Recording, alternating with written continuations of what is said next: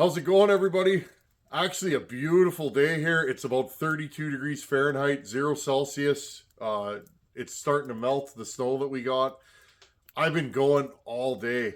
I left the house at about 8 o'clock this morning, 7:30, after a coffee or two. I raced to the city and I started getting the last supplies that I need to get everything ready for winter.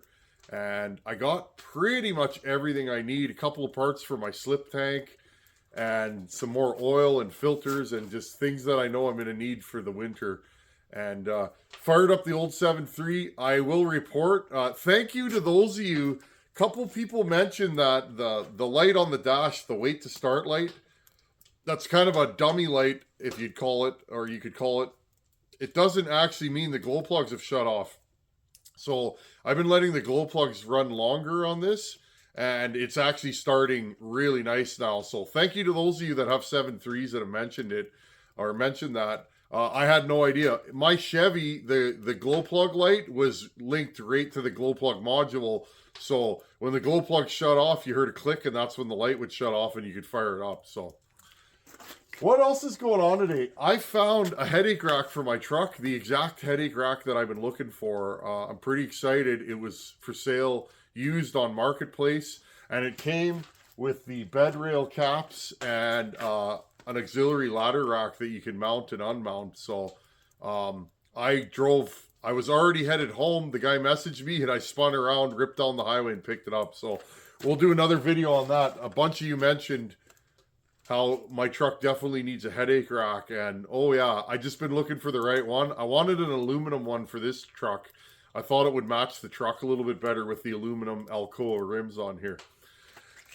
Anyways, today's video, let's do a tailgate session. Who knows how many more tailgate sessions we'll get for the year, and then we'll be hanging out at the bench working on power saws. But in the meantime, it's nice out. Let's play with this saw that Alex was nice enough to send in the mail. It's a 300th anniversary Husqvarna 2101 XP. I thought it was a 2100, but if it is actually a 300th anniversary, that would make it a 1989, and 1989 would be a 2101 XP. Anyhow, there's enough of you interested in this saw. I'm going to bring you guys in. Let's look at this saw a little closer. Let's see if we can sort out this recoil, and let's see if we can maybe get this thing to fire up today and hear what it sounds like. It's got lots of compression, but I can't pull it over because the recoil's binding. So let's have a look at this saw. Let's check it for spark, and if it has spark and all that kind of good stuff, let's dump some fuel in it and see if we can get it to fire. Okay, here's the saw. Husqvarna 2101 XP. It's got the 300th edition, or 300th anniversary sticker on it. And it's all there. It's complete. Alex from beautiful British Columbia sent this to the channel. Thank you, Alex. He said he's from the island. Maybe we'll bump into each other when I head to the island one day, Alex. It's still on my list. This thing's awesome. Okay, so for those of you who have never seen one of these, I unboxed it a video or two ago. After Alex was kind enough to donate this and 2 home lights to the channel. These things are legendary to timber fallers, and if you go on the Mike Akers site, these will pull up to a 60-inch bar is what it says. I believe that. Now, I've never pulled a 60-inch bar. I have run one of these with a 3-foot bar stumping, and my 298, and that thing's got gobs and gobs of power. So, this one, the recoil's binding up on it. It feels like it has lots of compression. So first things first, let's take this recoil off and just have a look-see what's going on underneath here.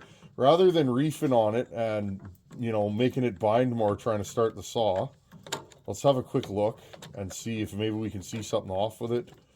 And go from there. Okay, so the bottom screw for this recoil is not holding anything.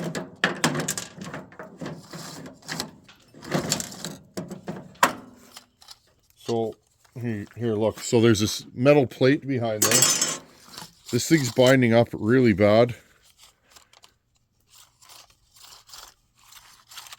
So first thing I'm going to do is Yeah, so this recoil's got a lot of wear on it. I can always make a bushing.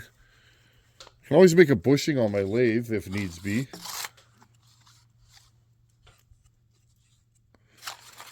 Let's see. So what I'm noticing right now is the recoil's binding up on itself. So this is an easy fix. Same way that I wind them. Okay, I'm going to pull all of...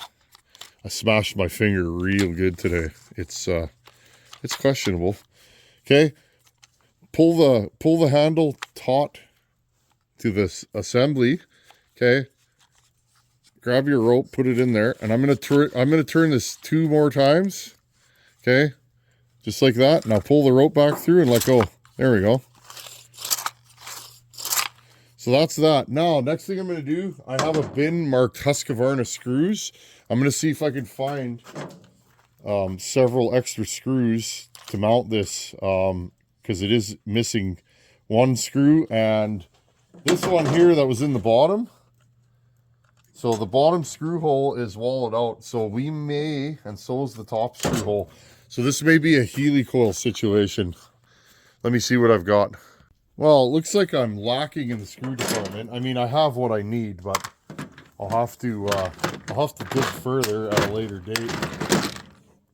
Now, these holes are pretty wallowed, so I'm not even going to drill out the case, because the tap that I need. And of course, friends, my tap holder is in the house, so I'll just use this here crescent wrench. Don't judge me. Who among us has not used a crescent wrench on a tap? Well, I certainly have. There we go. Okay. Now, if you don't have thread inserts, you could just tap it to the next size. I'm just gonna reset up here so I can spin this better. Yeah, if you don't have thread inserts and it's your saw and you don't care, you could tap it to the next size. That is acceptable. Well, hopefully these hold.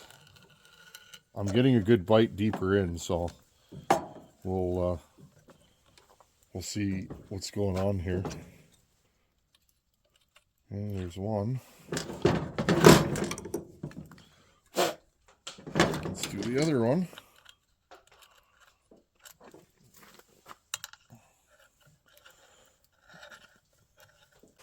Okay. Well, it looks like we got a decent amount of threads in there, so we should be okay. Now I'm just going to grab my inserts and my tool, which is right here.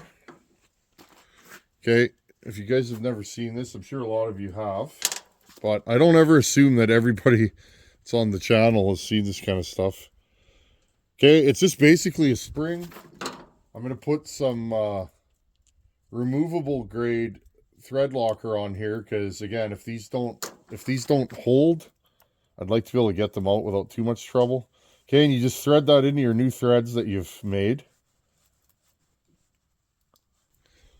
So all these are is a spring with a little tail on it right there. Okay, this has a little groove into it. You slide it over, okay, like that, and then a little bit of thread locker.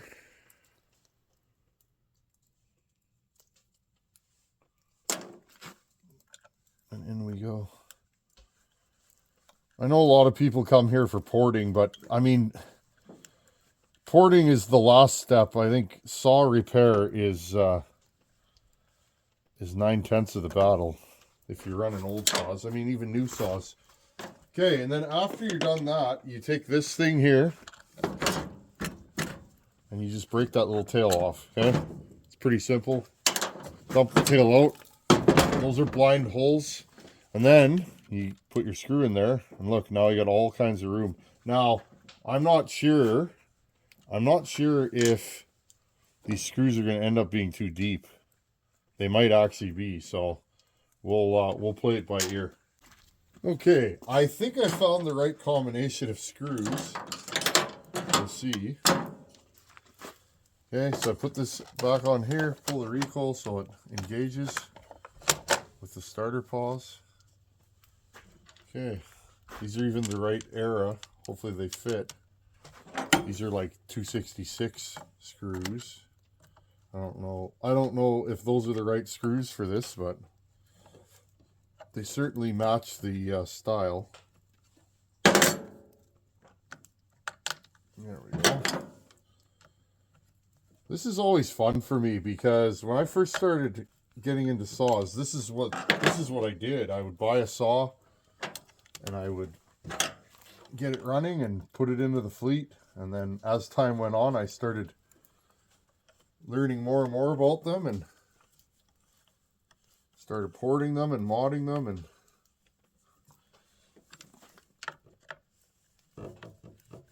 well, I think the reason why this is hanging up is that if the starter hinges up or down or twists up and down, it ends up catching the starter dogs. Oh yeah, okay, we're good. Okay, well, let's take the top cover off. Now, you will see that often on big saws like this, the starter bolts pulled right out of the case. These things have a lot of compression. When you pull one of these over, you better mean it. But super important to have good recoil screws, because like I said, they'll pull out of the case, and you don't really want to destroy the case on a vintage saw like this. It's not like you can go to the Husqvarna store and get a new set of cases for this, and there are no aftermarket, so this should have a Tillotson under the hood. It does. Wow, this thing still even has the gasket. Okay, I'm going to pull these 4 bolts and take the top cover off. I want to check for spark, and let's pull the muffler off and have a look-see. 1, 2, 3 bolts. And again, this bolt hole seems wallowed out, but that's okay. We know how to fix these kinds of things, so. Now, hopefully this thing has spark. If it doesn't, we'll have to see if we can put one of those chips in this thing. Spark plug looks like it was a little bit on the lean side at one point. Saw pulls over nicely. Nothing's stuck. Let's have a look in here. I remember I bought a 266 once. No spark. Had good compression. It had no spark though. The end of the spark plug boot where the plug clips in wasn't there. Okay, which way's on and which way's off?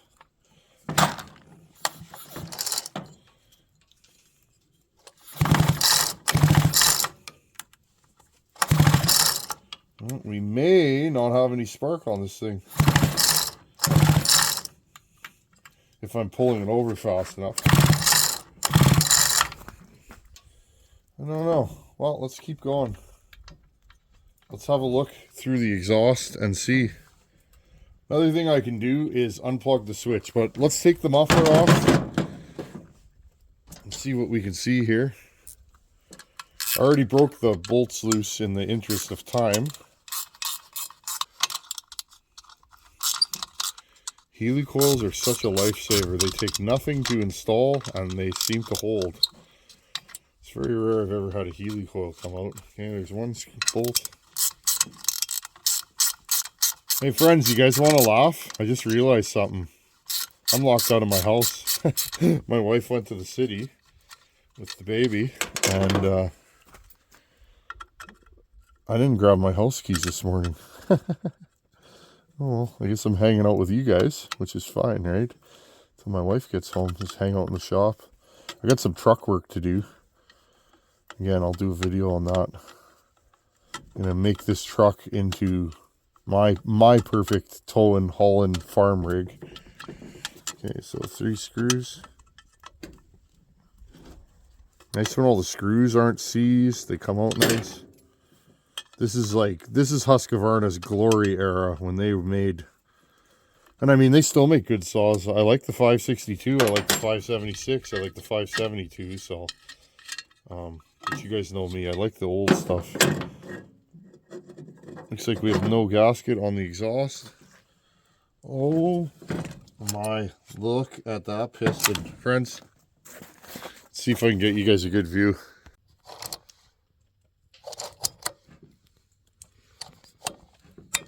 I can't even pull it over. This thing's got gobs and gobs of compression. Okay, well, what I'm going to do is maybe disconnect the kill switch and put another spark plug in this thing and see if we can get it to fire. If not, we'll have to reconvene another day. This has the same ignition, I believe, don't quote me on that, as that Sax Dolmar that I farted around with all last winter and did end up getting to run. But I had to put that ignition chip in there and retard the timing like 20 degrees if I remember correctly. Okay, I'm going to grab another spark plug. Let's see if we can get this thing running. Okay, this is a brand new NGK plug. I don't have a brand new Bosch like this. But whatever, we'll see if this thing fires. It's not like I'm going to be cutting with this thing today. I mean, I could, but...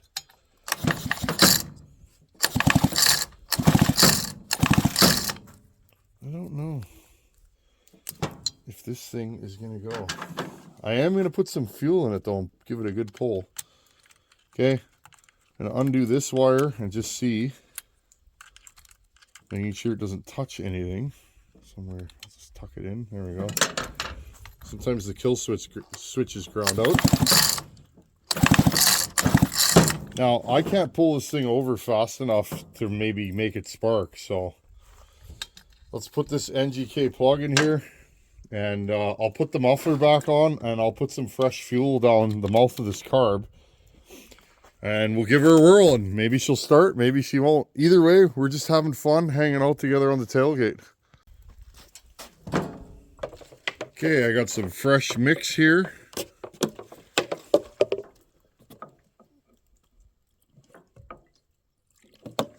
That's probably a little too much, but that's fine. Dump a little out. Now, when you do this, don't use your choke. Just pull it over like you normally would. I get asked all the time what kind of fuel I use. I've used ethanol fuel. I've used non-ethanol. I've been running 92 octane ethanol-free Shell fuel is what I'm running. 45-to-1 Opti 2. I don't like the wiring in this saw. It's kind of sketchy, but that's fine. This does have the internal Bosch ignition, so this thing may not fire, and if it doesn't, we know how to fix them, and we'll put this in the roster for repair. But anyhow, I'm going to try and pull this thing over.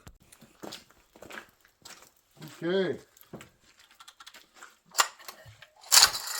Oh, that hurt.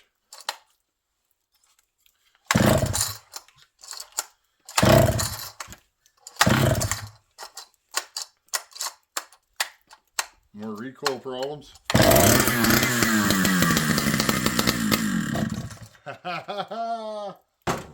Okay, friends, well, I'm going to dump fuel. That's the top cap here. See, so sometimes, Alex, you've done a nice job of draining this, buddy. Sometimes, just because you can't see the spark doesn't mean you don't have it, right? So this thing is probably due for a carb kit. And that was the original Bosch plug that came with the saw. I just threw it back in there. Now what I'm going to do is, I'm going to dump a little bit more fuel into here.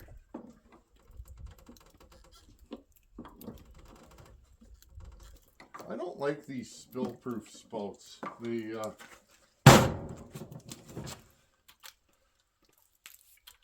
don't work for me. Anyhow, they work in the summer, but once it gets cold, they don't open nice.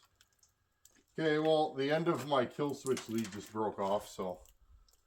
Okay, let's give this thing another go. And usually what I do is I'll just try and nurse it along and keep it running long enough to see if this carb's going to pick up fuel. Also, I'm going to check the low jet, see where it's at. Half. It's at 3/4. That's probably a little lean for this time of the year. I'm going to go half. and 1. Where's the high jet at? High jet's completely shut off, so that could be a problem too. 1/2, 1. Okay, let's fire this thing up.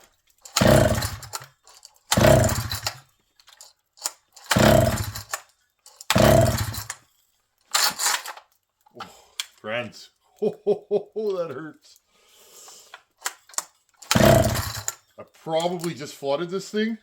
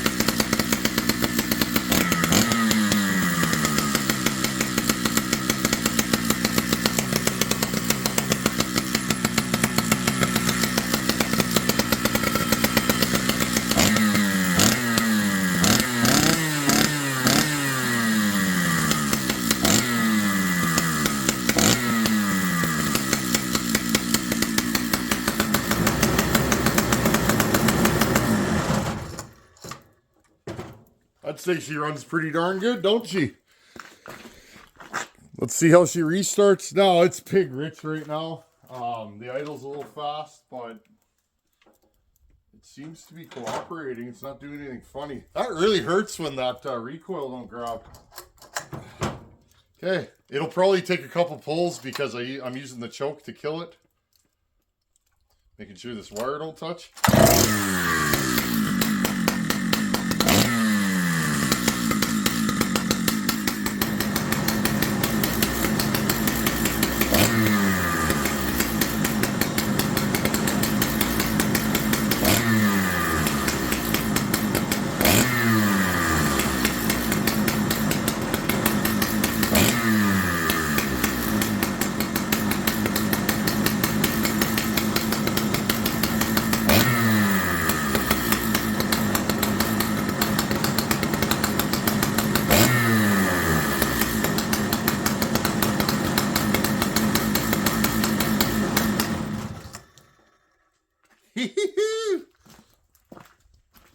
This thing runs nice, don't it?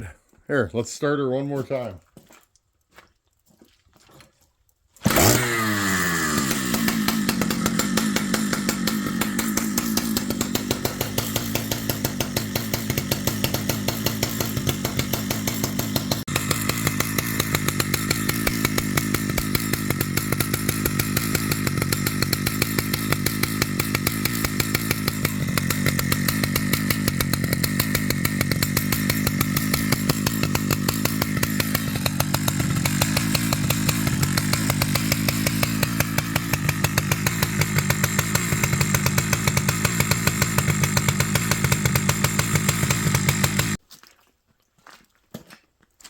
Well, it just goes to show you, you never know if one's going to run.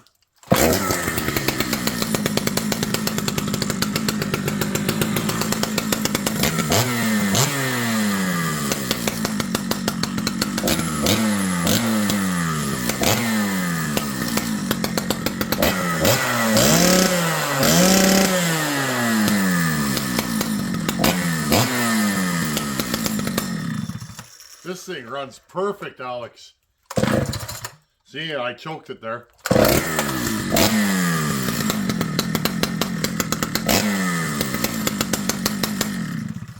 Woohoo! That thing's awesome.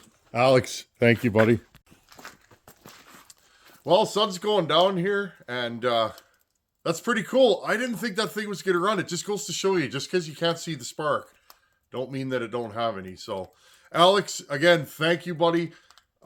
I've been looking for a 2100 or a 2101. Actually, the 2101, the last in the line.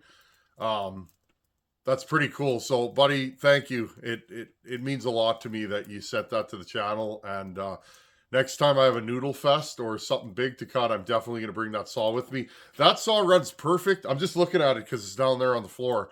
that saw runs perfect. I'll go through it and, you know, make sure everything's sound on it. Maybe put a fuel line in it and clean it up a bit. And we'll definitely put it into the big saw rotation.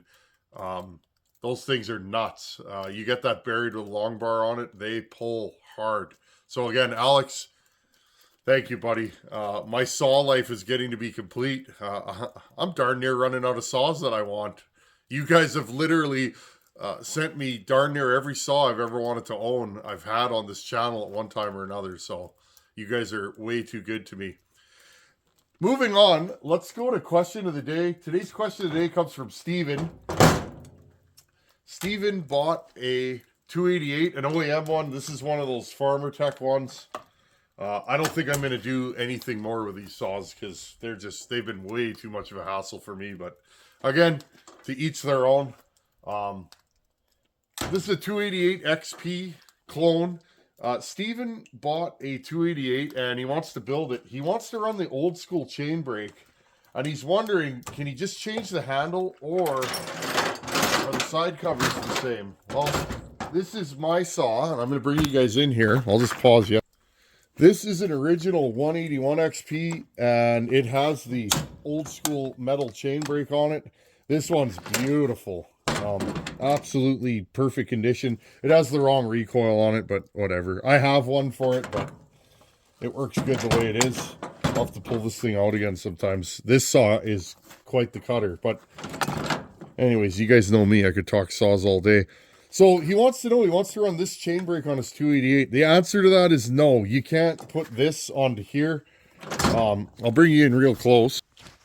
So this has a hole and a spring in it, and this mounts different. The side cover is more or less the same, but again, there's no hole in there. This has a whole different, this has a spring in here that tensions everything, and you can adjust where these, you can adjust these for tension and all that. So no, you have to put the entire side cover on it. Keep your eyes peeled or buy a junk 181, 281, an older one with this chain brake. So there you go, Steven. Sorry, but it doesn't work out. I've tried to do it when I was first starting in my power saw repairing. I had 272 with this side cover, and I had bits and pieces of one of these and tried to make it work, and it didn't. So you got to buy the whole side cover, but hopefully you can find one of these. They are still out there. Maybe a little bit scarce, but you can find one if you look hard enough. Anyhow, Alex, thanks for making this video happen. We're going to have to dig into those home lights next because that one ran. I wonder if those home lights do. We'll dig into that next. Everybody else, thanks for watching. Take her easy. Keep sending those questions of the day, and I'll keep putting them at the end of a video. Later.